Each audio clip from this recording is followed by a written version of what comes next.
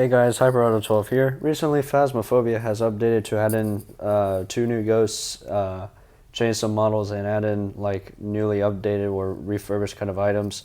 As you remember, before the update happened, there were YouTubers that described like tier lists of maps, ghosts, such as Insum and Nuzguard, and some other underrated YouTubers.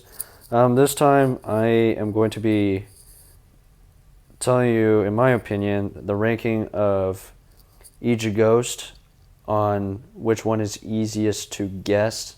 I'm going to start with the least easy to guess, and what I mean by that is pretty much like guessing without having to like find all of the 3 evidences.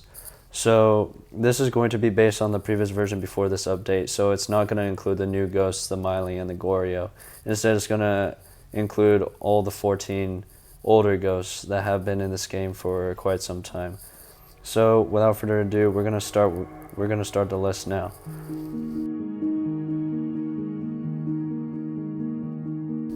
So normally you may think that the shade is always the hardest to figure out. Well, yeah, that's by evidence wise, but I don't think the shade is going to be the hardest to figure out without evidence. For me, Reigning King number 14 is the Hantu. Now, the Hantu's main positive aspect on, why it's good to guess, but it's put in number 14 is because the Hantu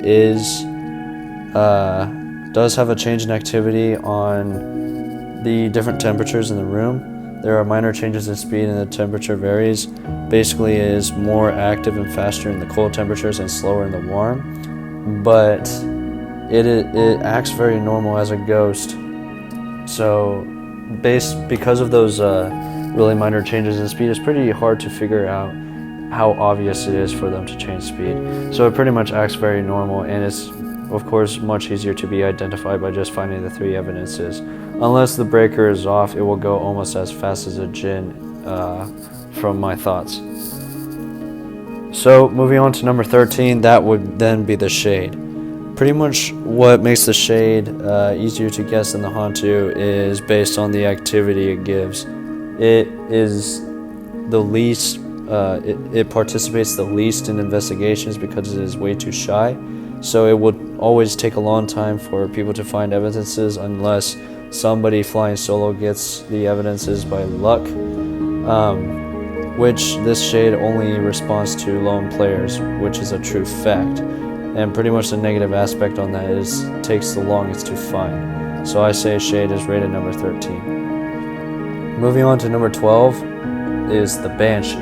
It's going to be pretty easy to identify a multiplayer if the Banshee is just going to target one player. And like, if any player just remains out of hiding that is not the Banshee's target, it would notice that the Banshee is not going to go out to kill them. Now that is one obvious thing for people to figure out that it's a Banshee. So pretty much it targets only one players, and what I think was pretty creepy about the Banshee is one of those ghosts that if I'm the target and I got the smudge stick, I repel it, but it would automatically turn around and still go after me. It has one of the fastest recoveries, and it pretty much most of the time maintains one route towards the target until killing it, until the target dies. Well, that was from my experience. So pretty much the negative aspect of the Banshee is it's going to be very difficult in solo campaign because it will be continuously targeting that person. So it pretty much brings doom to solo players.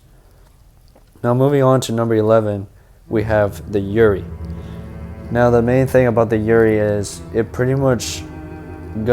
gonna feel like you're gonna be interacting with a demon at first, but the Yuri does drain sanity a little faster than all the other ghosts. Pretty much average sanity level decreases the fastest from my experience.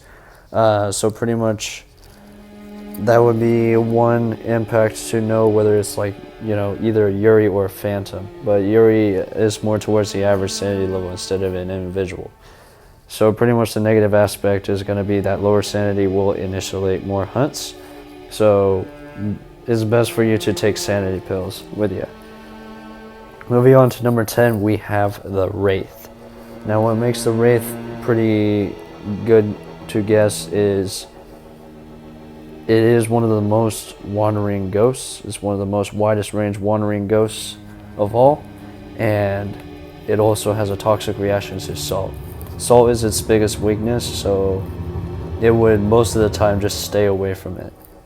But what makes it difficult to handle the Wraith is you never know if the Wraith would spawn inside or outside the dominant haunted room during the hunts, which is a big possibility. Sometimes it might just spawn onto that player and just automatically kill him, which I did see a couple times.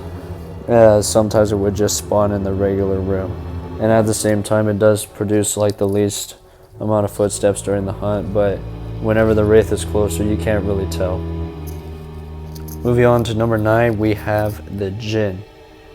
Now, what the positive aspect of guessing a Djinn is, if you have the breaker on and the lights especially, it will become very aggressive. And if you look at the cameras during the hunt, or probably even when you're being hunted, the Djinn does wander faster at any lone range away from the players, but once it approaches the player, it chases at the player's speed. I thought it was really creepy on the Djinn. Yeah, sometimes I find the Djinn pretty merciful, because a couple of times the Djinn was able to catch up with me in Grafton Farmhouse, but as it reached up to me, it just slowly creeped behind without like going any further towards me. And then once I entered like the closet in the twin bedroom, somehow I thought I was gonna die, but apparently the Djinn decided to just mercy me and turn away and never come back until the next hunt. But either way, it's better to turn the breaker off, which will be a bit harder to find the evidences once it happens, which is going to be less convenient. So that's why I ranked the Djinn at number 9. Moving on to number 8, we have the Phantom. Now, the biggest obvious thing that you can identify as a Phantom is that every time you take a picture of the Phantom during a ghost event, it always disappears. And every time it disappears, you look into the journal, it shows a picture of just nothing, and it will still be labeled as a ghost. So that's a pretty helpful hand to identifying that's a Phantom. And it also gets stunned once a player captures the photo during a hunt, but it doesn't stop the ghost from hunting though. And also pretty much what you need to be cautious about the Phantom is if you stare at the ghost too long, your sanity will drop heavily, a lot faster than the Yuri. Moving on to number 7, we have the Mare. Now, pretty much in comparison to the Demon, the Mare pretty much hunts almost as frequent as a Demon, but has a lower sanity limit. When it comes to being in the dark, it would be 60, unlike the Demon that is a 70. Another thing that is really convenient to identify as a Mare without finding evidence is how active it likes to play with the lights. Now, since the Mare likes to be more active to the dark, it does love to turn off the lights a lot, even turn off the breaker, which is going to be quite a huge amount of trouble.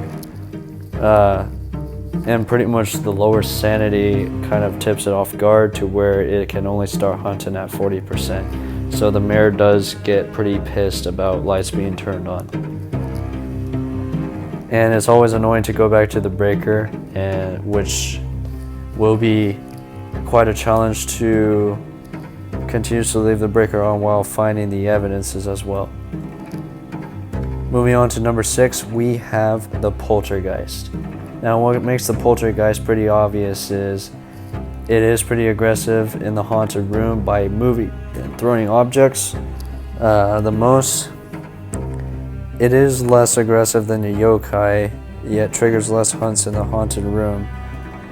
But the Poltergeist doesn't care whether the person is talking or not, and it still throws objects, but doesn't really get as angry when people are talking or are inside the room as a Yokai.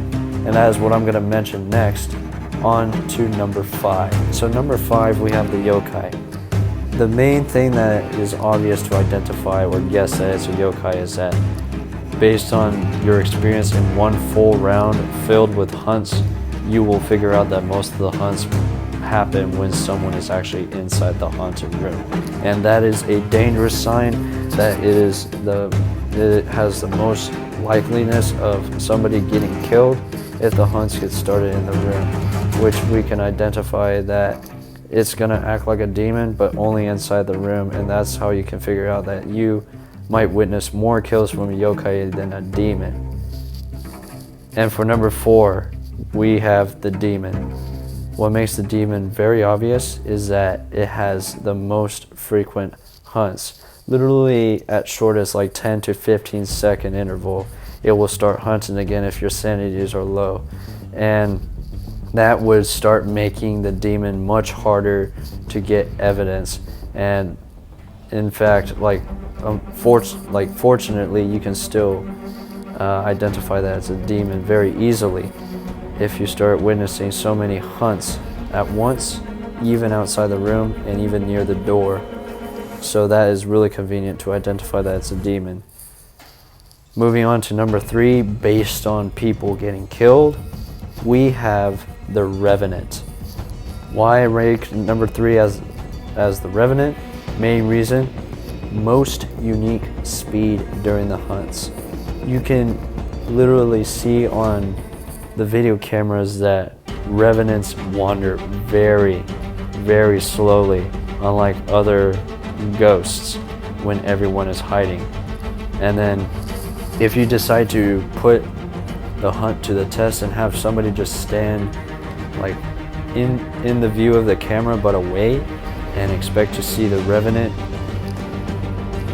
will start accelerating really fast and charge at you, and that's when you get the full answer that it's a Revenant and no other ghost, if that ghost is very merciless and has the need to kill you.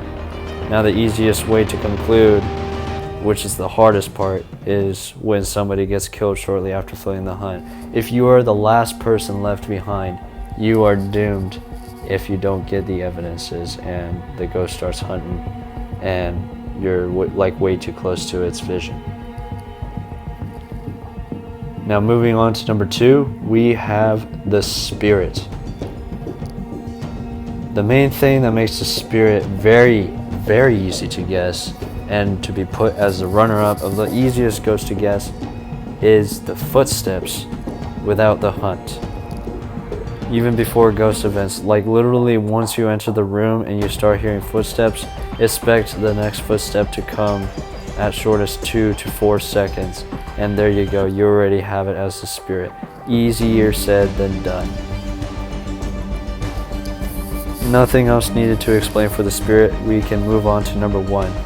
Number 1, we have the most obvious ghost, the one that produces the most frequent events and always like to creep you out in any room nearby its haunted room. We have the Oni. It is the most obvious ghost to find and will automatically come to you whenever you're nearby most of the time, and you can just automatically get evidences there. Very easy to find, very easy to identify, very easy to find evidence, unless that ghost decides to cheat on you and acts like a shade, which happened to me one time, but that didn't happen in any others. So it does have the most frequent weight of ghost events, and that makes it the most obvious ghost to identify, even with evidence or without, but the easiest ghost to guess overall. That's all I have for Phasmophobia, easiest ghost to identify, and I hope you enjoyed the video. Drop a like. Feel free to comment out if there are any ghosts that you disagree on the placement, and I can probably reply to you back then. I definitely enjoyed a full summer of gaming with other players in Phasmophobia multiplayer, and I thought it was quite a lot of fun. Hopefully I can get back to Phasmophobia in the winter, and I hope to see more players back in action, and I can't wait to encounter the Myling, the Goryo, and use the new DOTS projector for the Goryo, and find out what are the new evidences for the Revenant. Since the Revenant's older evidences got passed on to the Myling, the Revenant is going to get something new because it's the most iconic ghost out there. I am HyperAuto12. Thank you for watching, and I'll see you in the next video.